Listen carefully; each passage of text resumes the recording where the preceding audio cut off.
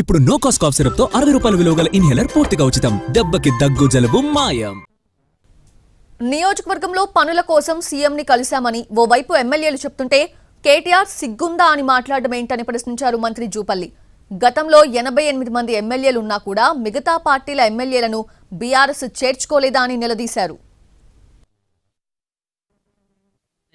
ఎందుకు ఇప్పుడు జ్ఞాపకం వచ్చింది కేటీఆర్ కు? తెలంగాణ రాష్ట్ర ఉద్యమంలో వందలాది మంది బిడ్డలు ప్రాణత్యాగాలు చేసి తెలంగాణ రాష్ట్రం సాధించుకుంటే వీళ్ళు సిగ్గులేని పనులు ఎన్ని చేసినరు? ఒకటి, మన కుటుంబ సభ్యుడే కదా,